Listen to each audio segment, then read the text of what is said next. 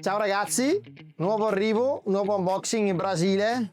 Qua dentro abbiamo i ferri da stiro, che sapete già cosa sono, perché qua c'è dentro il panacque e la forma ricorda quella di un ferro da stiro.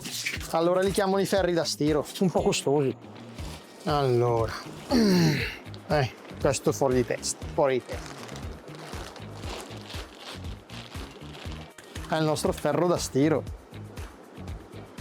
È un panacque L27 del Rio Araguaia.